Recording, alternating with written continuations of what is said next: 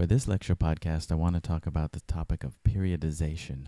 Periodization is the process by which we come up with the dates to start and stop what we study or create a dividing line.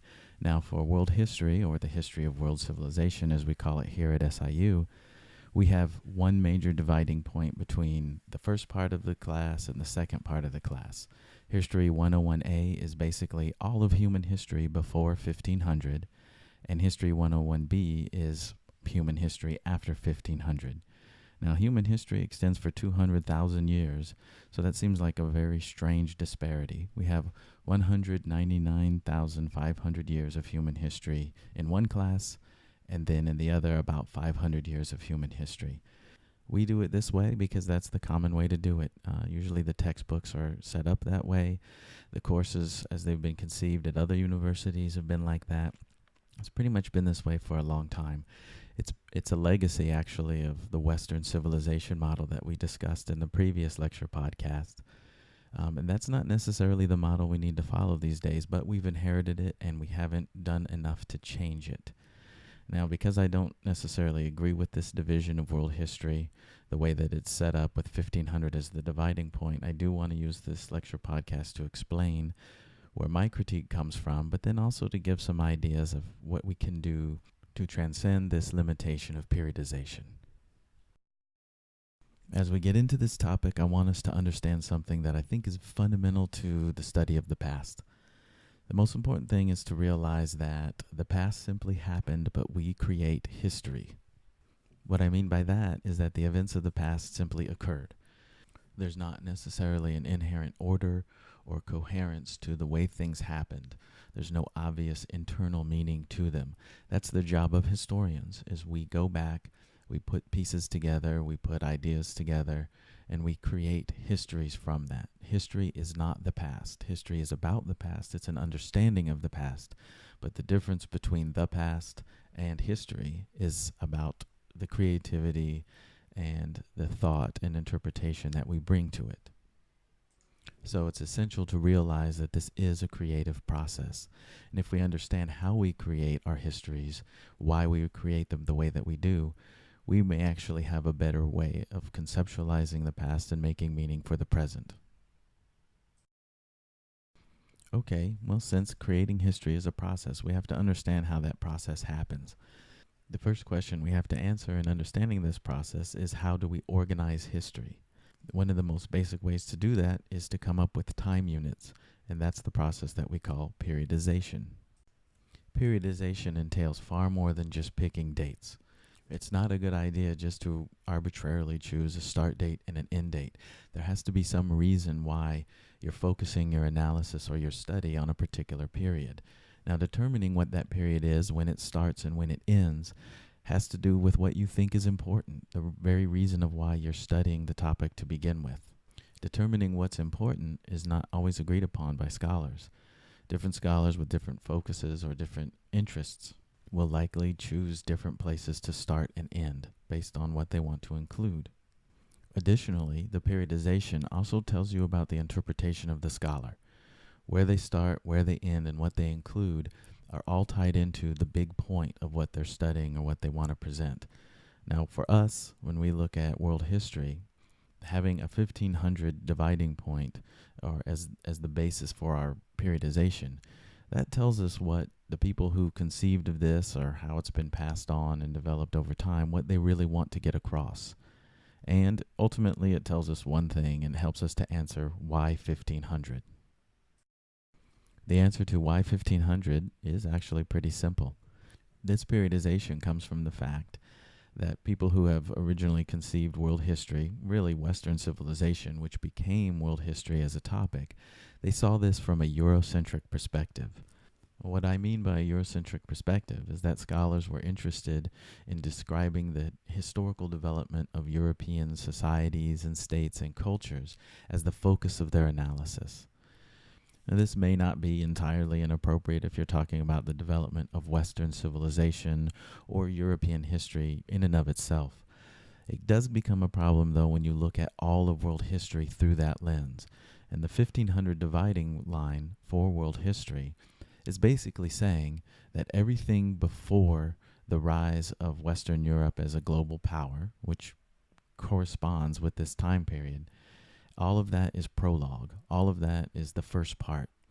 Then the second part, which is the rise of these Western European states and societies as world powers, that's the real story.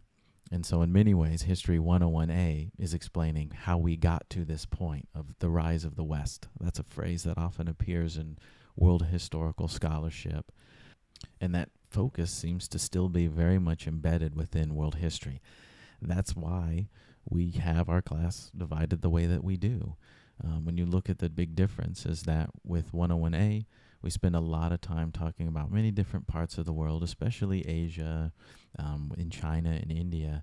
But once we get into 101B, it seems to be mostly European history. Of course, that European history is tied to other societies that Europeans then establish contact with, most typically through trade and conquest and the formation of empires, which is something that we're looking at closely within this theme. But this brings up the question of what are we really studying when we study world history? Now, I would agree that the emergence of Europe within the global context is an incredibly important topic within world history, but it's not so much the topic that we have to divide all of world history around that. So the challenge is, in a 101B class or any class, whatever we call it, that starts with 1500, is to keep it within the context of the larger workings of world history while still dealing with this very important topic of the emergence of Europe within the global context. It's one thing to say that 1500 is our demarcation between the first half, quote unquote, half of world history and the second half of world history is Eurocentric, just because everything after that focuses on Europe. But it's actually the historical experiences around 1500 that led people to determine that this should be a dividing point. The main focus for that, of course, is European oceanic exploration, oftentimes focused upon key historical figures like Christopher Columbus, or Cristoforo Colombo in Italian, as he was known, or Cristobal Colón, as he is known in Spanish. Now, it is very much the case that these oceanic explorations ushered in a new era in human history. We do see the rise of Western European states and societies into the global context. We see the massive movement of people, especially from Africa to the Americas. We see the colonization and settlement of the Americas by Europeans and all of its consequences. I mean, many things did occur because of this. Not just with Christopher Columbus, many other explorers and other adventurers and conquistadores were part of this process. And this process did impact many different places, especially over the long term. The first level of impacts were felt within African societies and then indigenous American societies, but ultimately it did become a global phenomenon. Now, as important as this was, that doesn't necessarily mean that it is the dividing point between the first part of world history and the second part of world history. There can be a compelling argument for that, and I certainly don't want to diminish the significance of those events. But what we tend to do when we take this as our focal point for dividing world history is that we tend to cut ourselves off from things that came earlier. Thankfully, and this seems to be much more the case these days, we see it in our textbook and in other textbooks, that people are going a little bit further. They're putting these explorations within a deeper context. They're connecting them to things that happened in previous centuries, so there's a lot more continuity with earlier times. But even with that awareness, we have to be conscious of the distortions we may introduce by continuing to divide world history around 1500. Distortions in how we understand the past can come from something as simple as how we name the past. And the first level of naming the past is putting dates upon it in many ways. And so by taking 1500 as our name for when one era ends and another begins, predetermines how we interpret the past. In this case, it means that 1500 was a very significant end for the things that came before and was a significant beginning for all the things that came afterward. There's no doubt that things did change, but to take that as this fundamental demarcation, a splitting of the human experience, takes it a little bit too far. And so in that sense, it is a distortion.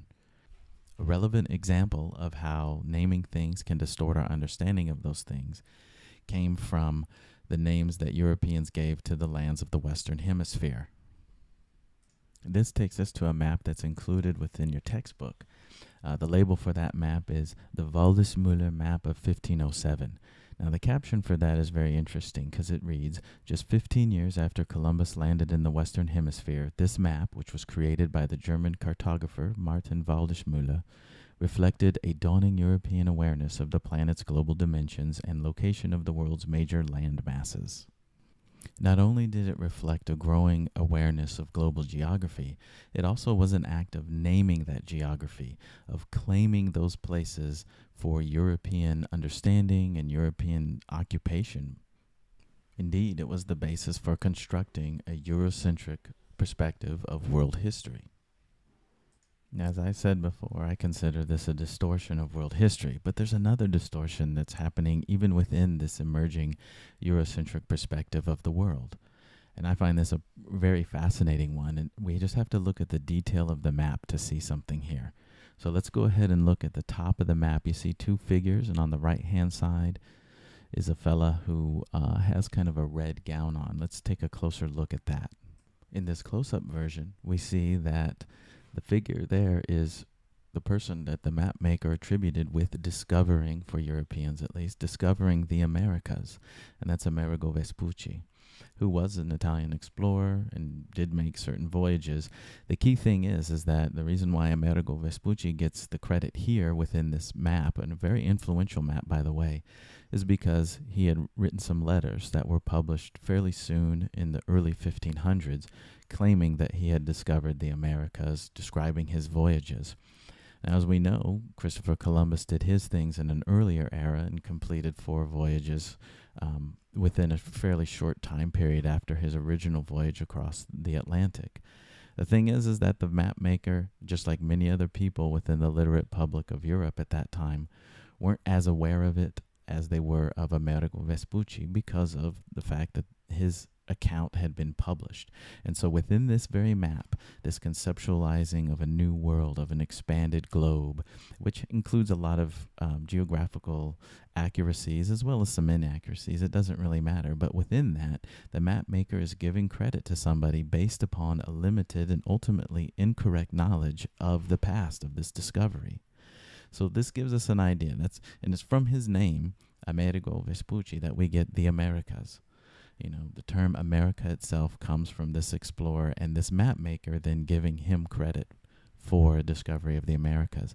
And so we see the close relationship between naming and understanding the past. In this case, the historical knowledge was not that old. The people were not that far removed from it. But even then, it was possible to introduce distortions. And those distortions led to misunderstandings about the history of the European encounter with the Americas and the people who lived there. Our task is to be aware of that possibility and to try to avoid it or at least mitigate it as much as we can. And so the effort to answer the question why 1500 not only explains the nature of this particular course and how we periodize it, but really gets us into the fundamentals of creating history. Now, in the process of creating history, we have to keep 3 things in mind. First, we distort history when we periodize the past. This seems to be unavoidable. I don't know if there's any way that we can not introduce distortions. The key thing to me seems to be that we try to contain or control, or at least understand, recognize those distortions that we are introducing by our periodization. Because we do have to bring some form of organization to how we interpret the past experience and how we want to go ahead and construct the subjects that we're going to study. I suppose above all, we just must be aware and honest about those distortions that come with our periodizations. Second, we must resist the urge to invent reset dates, even though we have done it over and over. And what I mean by reset dates is that we oftentimes find a demarcation point and say, this is where we're starting. And then we move ahead as though anything that came before either was wrong or didn't happen or somehow was irrelevant. Now, as I already stated, this is something we do over and over. Even our basic dating system reflects this. In world history, we use the dating system of CE, Common Era, and BCE, Before Common Era. Now, CE corresponds with the Christian-based calendar of AD, or Anno Domini, the year of our Lord, which in its own conception was the idea that the new era began with the birth of Christ. And so we mark time from that date forward.